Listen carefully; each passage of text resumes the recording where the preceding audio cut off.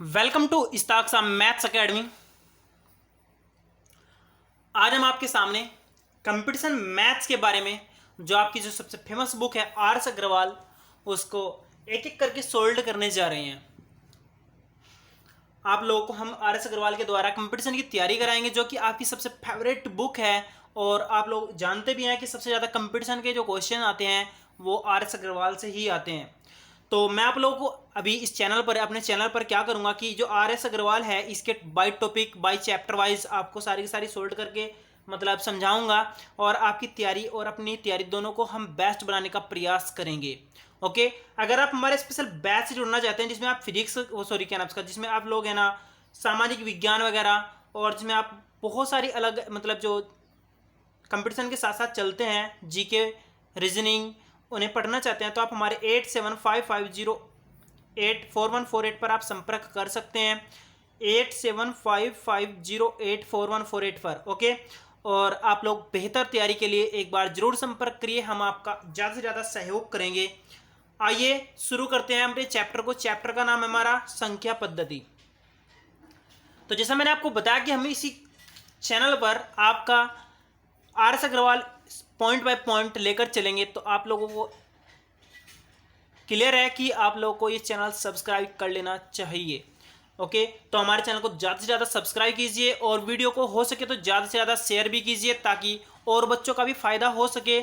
तो लेकर चलते हैं आपको पहले टॉपिक की ओर, संख्या को लिखने में अंक। देखिए आप कैसे कैसे किसी संख्या को लिख सकते हैं, तो आप लोग ये चीज़ समझिए। जैसे कि मैं आपको कहूँ यहाँ पर मैंने लिखा एक संख्या 141, तो आप इसको कैसे कह रहे हैं कि ये 141 है। तो आपको पहले समझना होगा कि ये आपका इकाई का अंक होता है, ये आपका दहाई का अंक होता है, ये सैकड़े का अंक होता है। यहाँ पर मैंने लिखा भी है, यानी देखिए आपको क्या क्या मालूम होना चाहिए। इकाई का अंक होना चाहिए, दहाई का अंक होना चाहिए, सैकड़े का, हजार का, 10,000 का, लाख का, 10 लाख का, करोड़ का, 10 करोड़ का, अरब का, फिर 10 अरब का। ओके, आप 10 अरब तो कम से कम जरूर याद रखिए, होता तो इससे आगे भी है नील 10 नील वगैरह, लेकिन हम ज़्यादा आगे नहीं बढ़ेंगे। जो हमारी ज़रूरत है हम उसको पूरा करने का प्रयास करेंगे।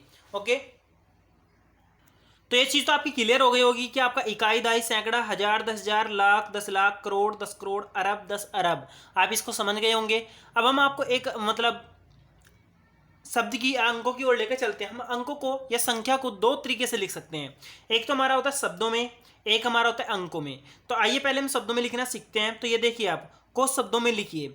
आप इसको कैसे लिखेंगे, ये आपकी खूब बड़ी संख्या है, आप इसको शब्दों में लिखना चाहते हैं तो आप पहले क्या करेंगे, इकाई, दहाई, सैकड़ा, हजार, 10,000, लाख, 10 लाख, करोड़। आप कहेंगे 6 करोड़, आप इसको लिख देंगे 6 करोड़। फिर उसके बाद आपका बचेगा 14 लाख, फिर उसके बाद बचेगा आपका देखिए उसके बाद बचेगा 87,000, फिर आपका बचेगा 29। यहाँ पर मैं आपको मतलब थोड़ा सिस्टमेटिक लिखने का तरीका बता रहा हूँ ताकि आपका क्वेश्चन बिल्कुल भी मतलब डाइवर्ट ना हो सके, क्योंकि आपको तो ऑप्शन देगा ना पेपर में, तो आप उसको ऐसे देख करके ऐसे लिख करके जल्दी समझ जाएंगे। देखिए 29 आपका अलग होगा, 87,000 आपका अलग हो जाएगा, 14 लाख आपका अलग हो जाएगा, 6 करोड़ आपका अलग हो जाएगा। तो इस तरीके से आप इसको आसानी से लिख सकते हैं। तो आइए हम आगे चलते हैं। अब हम आपको दूसरे क्वेश्चन की ओर लेकर चलते हैं। दूसरा जो पॉइंट है हमारा वो है अंकों में लिखना। अंकों में लिखने में बहुत सारी प्रॉब्लम होती है। बेसिकली मैं आपको बताऊं, शब्दों में हर कोई लिख लेता है। जब शब्दों में लिख लेता है हर कोई, तो सिर्फ प्रॉब्लम कहाँ पर होती होगी, वो होती है अंकों में। तो आप देखना मैं अंकों में आपको कैसे लिख करके दिखाता हूँ। अंकों में लिखना मतलब आपको ऐसे ऐसे अंक जो आपके इकाई, दहाई, सैकड़ा वगैरह जो लिखे होते हैं उनमें लिखना है। तो आइए आप क्वेश्चन के द्वारा इसको समझ जाएंगे। क्वेश्चन हमारा 6 करोड़ 14,87,029 को आप अंकों में लिखिए। तो यहाँ पर देखिए आपको 6 करोड़ लिखना है, तो आपका सबसे सिंपल तरीका ये है, आप पहले 6 करोड़ लिख लेना। एक इकाई, दहाई, सैकड़ा, हजार, 10,000, लाख, 10 लाख, करोड़, ये आपका हो गया 6 करोड़। फिर आप देखेंगे 14 लाख, तो 14 लाख आप लोग याद रखना 1 लाख में 5 जीरो होती हैं, तो आप इकाई, दहाई, सैकड़ा, हजार, 10,000, लाख, तो यहाँ पर आपका ये हो गया 14 लाख। देखिए आप जीरो की काउंटिंग कर लीजिए ताकि आपका डाउट बिल्कुल दूर रहे। ओके, फिर आपका हो गया 87,000। फिर आपको क्या करना है, 87,000 पर जाना है। हजार में आपकी 3 जीरो होती हैं, तो फिर आपको क्या करना है, 29 लिखना है। क्या लिखना है, 29, तो आप 29 लिख देंगे। फिर आप फाइनली क्या कर देंगे, इनको ऐड कर देंगे। ये आपका सबसे सिंपल पैटर्न है और आपका गलती होने का चांस इस पैटर्न में ना के बराबर है। और आपको मैं बताऊं, आपकी किसी प्रकार की अगर कोई सी समस्या है तो आप इस तरीके से उसको सोल्व कर सकते हैं। बहुत बार क्या होता है कि कुछ मतलब ऐसे क्वेश्चन, अनगढ़ क्वेश्चन पूछे जाते हैं आप लोगों से कि 11,1111 लिख करके दिखाई, उसको भी आप ऐसे ही सोल्व कर सकते हैं, वो क्वेश्चन भी आपका यहाँ से आराम से बन जाएगा। तो हम अब आगे चलते हैं, आपको दूसरे क्वेश्चन की ओर लेकर चलते हैं। क्वेश्चन हमारा 7,04,05,09 को लिखिए। तो आप पहले 7 करोड़ लिखेंगे, तो 7 करोड़ में आप लोग देखिए इकाई, दहाई, सैकड़ा, हजार, 10,000, लाख, 10 लाख, करोड़, ये आपका 7 करोड़ हो गया है। फिर आप लिखेंगे 4 लाख। मैंने आपको बताया कि आपके लाख में कितनी जीरो होती हैं, आपकी 5 जीरो होती हैं। तो देखिए 2 2 4 और 1 5 हो गई है। फिर आपको मैंने कहा 500, 100 को तो आपको मालूम है कि 100 में 2 जीरो होती हैं, और 9 आपका ये हो गया है। देखिए आपका सारी की सारी डिफिकल्टी यहाँ पर दूर हो जाएगी। आप ऐसे बिल्कुल सिंपल तरीके से लिखिए और क्वेश्चन को इजीली, सबसे इजी पैटर्न में मतलब सोल्व कर लीजिए। क्लियर। आइए हम आगे बढ़ते हैं थोड़ा सा। जो हमारा नेक्स्ट पॉइंट है वो है स्थानीय मान व जातीय मान। स्थानीय मान व जातीय मान मैं आपको बताऊंगा दोनों को दोनों। देखिए जातीय मान आपका बिल्कुल भी चेंज नहीं होता है। जो अगर मैं पूछूं कि 9 का जातीय मान, किसी भी क्वेश्चन में पूछेंगे तो आपका 9 ही रहेगा। मतलब आपकी जो अंक होगा, जो उसका मान होगा, वही उसका क्या होगा, जातीय मान होगा। स्थानीय मान बदलता रहता है। इसमें आपको सिर्फ क्या करना है, जो आपका अंक जहां पर लिखा होता है उसके बाद में जितने भी अंक होंगे उतनी ही जीरो लगानी है। क्लियर। बस पॉइंट से पहले पहले। ओके। अब हम लेकर चलते हैं आपको यहाँ पर। देखिए क्वेश्चन को, 3 7 6 9 6 में 6 के स्थानीय मानों का अंतर ज्ञात कीजिए। तो इस क्वेश्चन में आप देखिए, मैं इसको यहां पर सोल्व करने का प्रयास करता हूं। 3 7 6 है, फिर 9 है, फिर 6 है। तो एक तो हमारे पास ये हो गया 6, इसके सामने कोई जीरो नहीं है, मतलब कोई अंक होता तो जीरो लगाते। फिर ये देखिए आप इसके सामने दो अंक हैं तो आप 2 जीरो लगा लेंगे। तो ये मैंने दोनों के स्थानीय मान निकाल लिए। फिर उसने कहा कि अंतर निकालें। एक तो 600 हुआ, एक आपका 6 हुआ। आप घटा सकते हैं, 600 में से 6 घटाकर आपको पता है 594 आपका अंतर आ जाएगा। तो ये आपका क्या होगा, राइट आंसर हो जाएगा। क्लियर। आपको हम ऐसे ही और क्वेश्चन बताते हैं। क्वेश्चन आया हमारा नेक्स्ट, ये आपका होगा 3 का स्थानीय मान याद कीजिए। तो देखिए आपको सिर्फ क्या करना है, 3 अंक ढूंढ लेना है। ये आपका 3 है, आपको ऐसे करके 3 देखना है और इसके सामने 2 2 4 2 6 जीरो आपकी हो जाएंगी। तो ये आपका आंसर हो जाएगा। आपको ऑप्शनल में इतनी जल्दी सोल्व करने का मतलब ऑप्शन मिलेगा कि आप सोचते ही रह जाएंगे। बेसिकली इस टाइप के क्वेश्चन बहुत कम आते हैं क्योंकि ये आपके सिंपल क्वेश्चन बन जाते हैं ना। तो आइए आगे बढ़ते हैं। यहाँ पर आपका 8, ये 8 का जातीय मान व 3 का जातीय मान बताइए। तो देखिए 8 का जातीय मान कितना होगा, 8। जातीय मान बिल्कुल भी नहीं बदलते हैं। और 3 का कितना होगा, 3। तो आप बिल्कुल भी कंफ्यूज ना हो। आगे बढ़ते हैं। अब हम बात करते हैं विभक्ति के नियम। ये आपके इंपॉर्टेंट होते हैं। मतलब आपका जो क्वेश्चन होता है उसको सोल्व करने के लिए आपको विभक्ति के नियम की बहुत ज़्यादा जरूरत पड़ती है। मतलब कौन सा अंक किससे कट जाएगा। तो देखिए अगर आप 2 से काटने की बात करते हैं तो मैं आपको सिंपल, बहुत ही ज़्यादा सिंपल बताऊंगा। या तो आप इकाई का अंक 2 से काट लें, या फिर सिंपल आप याद कर लें कि इकाई का अंक 0 2 4 6 8 होना चाहिए। अगर इनमें से है तो आपका सिंपल है कि ये कट जाएगा। तो देखिए आपका क्या 2 से कटेगी। यहाँ पर आप देखिए 9 है तो इसका मतलब आपका आंसर भी क्या हो जाएगा, 9। मतलब ये नहीं कटेगी।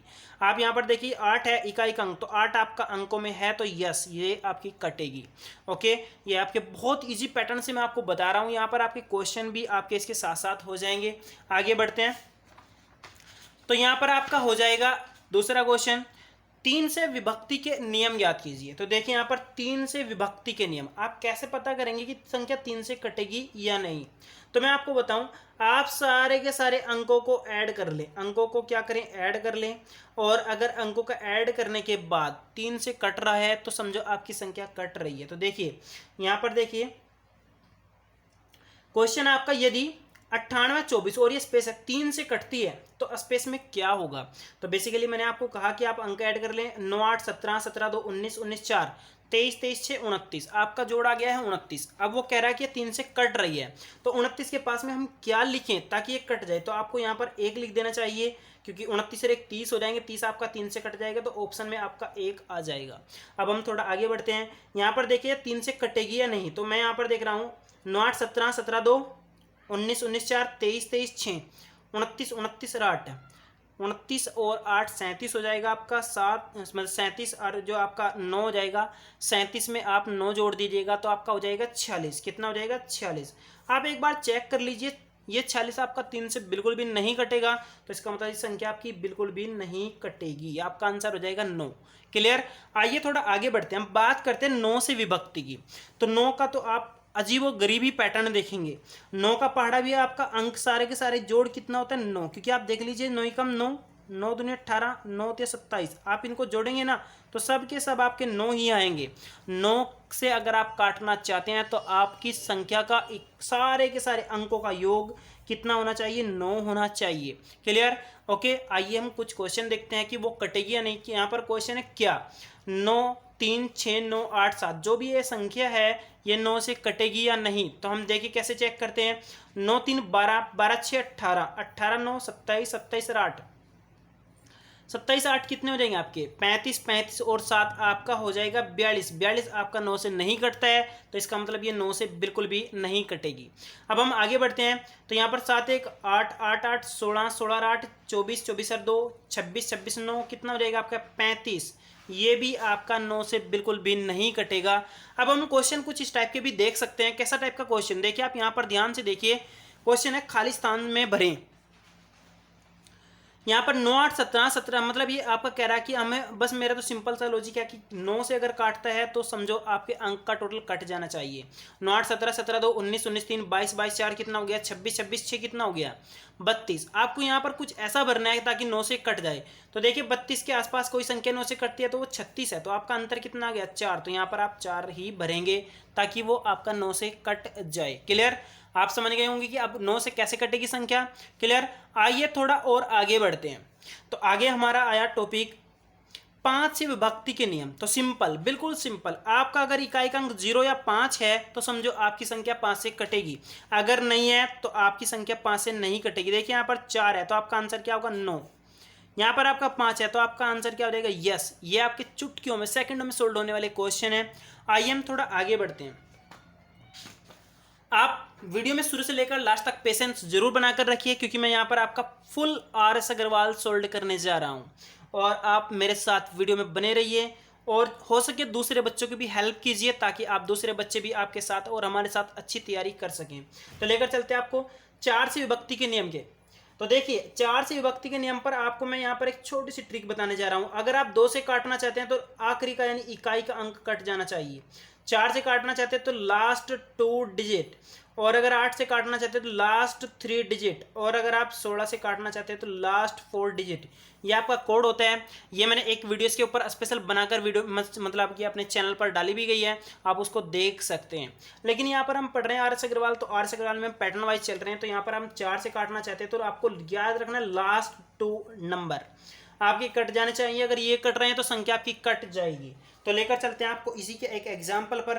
तो देखिए आपका क्वेश्चन क्या है। जांच करनी है आपको 24 61 82 की, क्या ये 4 से कटेगी? तो मैंने आपको कहा कि आप लास्ट के 2 नंबर ले लीजिए। देखिए 4 दूनी 8, ये आपके नहीं कट रही है तो समझो आपका आंसर भी नहीं होगा।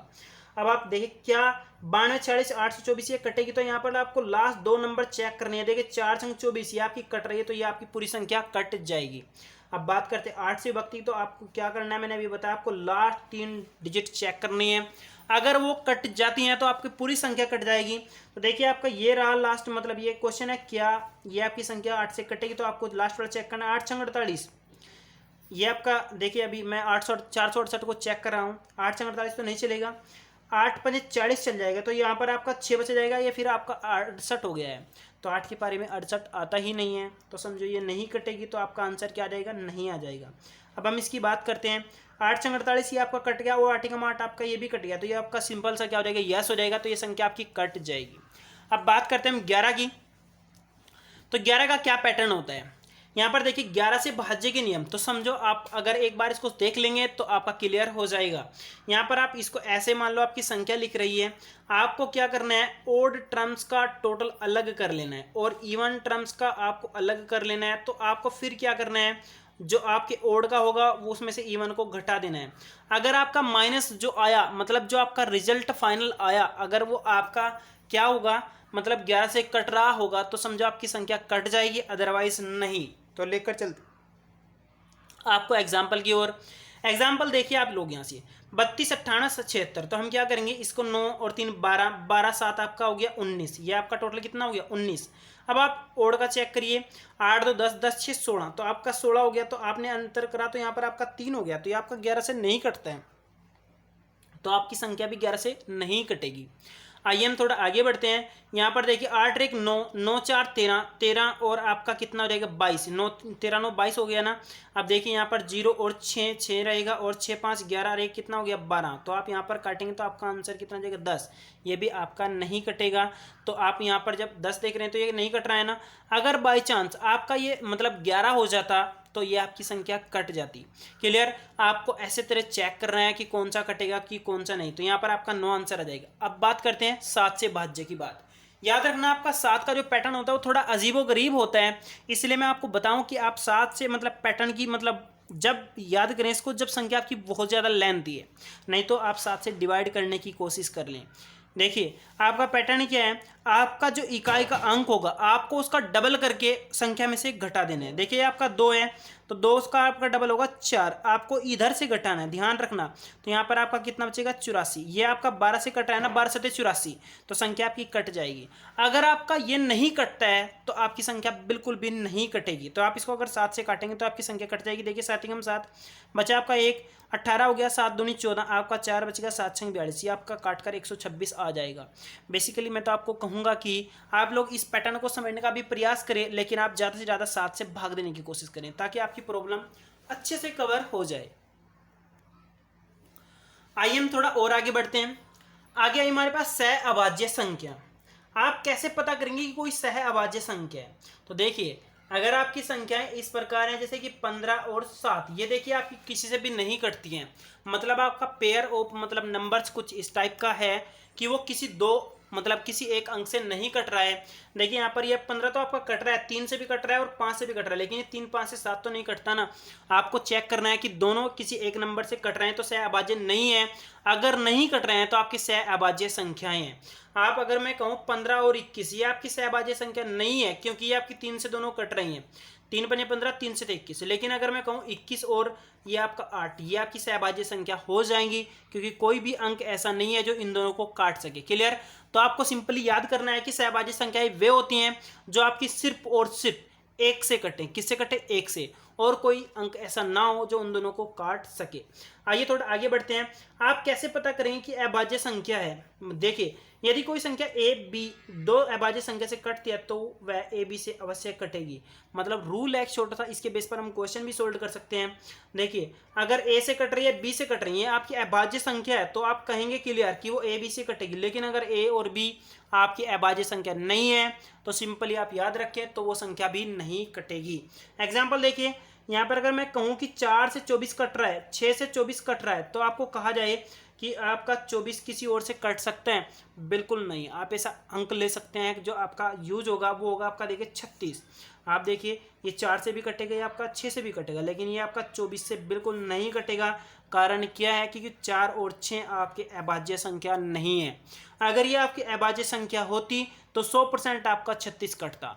एग्जाम्पल दे रहा हूँ आपको, 2 से आप इसको काटे कटेगा, 3 से आपका ये कटेगा, तो आप देखिए दोनों की मल्टीप्लाई करके 6 आएगा, 6 से भी आपका कटेगा क्योंकि ये दोनों आपकी क्या है? अभाज्य संख्या है। अगर ये अभाज्य संख्या नहीं होती तो ये आपका नहीं कटता। आगे बढ़ते हैं सम संख्या की ओर। सम संख्या आपकी वे होती हैं जिनका इकाई का अंक 0 2 4 6 8 होता है, या फिर आपका ये कि सम संख्या वो होती है जो आपकी 2 से कट जाती है, और विषम संख्या आपकी वो होती है जिनका इकाई का अंक 1 होगा, 3 होगा, 5 होगा, 7 होगा, और क्लियरली आप समझ गए हो कि 9 होगा। अगर ये आपकी संख्या होंगी मतलब इकाई का अंक होगा तो आपकी विषम संख्या होगी, या फिर आप कहिए कि जो आपकी 2 से नहीं कटती है वो आपकी कैसी संख्या होगी? विषम संख्या होगी। और अभाज्य संख्या आपकी वे होती हैं जो सिर्फ और सिर्फ अपने आप से कटती हैं या फिर एक से कटती हैं। जैसे कि आपका 1 3 5 7 9 आपका नहीं होगा क्योंकि ये 3 से कट जाता है। आपकी 13 हो जाएगी, 17 हो जाएगी, ये आपकी सब हो जाएंगी। और याद रखना 1 से लेकर 100 तक आपकी 25 अभाज्य संख्याएं होती हैं। क्लियर। आप इसको समझ गए होंगे और आप लोग ध्यान से इस चीज़ को अच्छे से कवर करिएगा।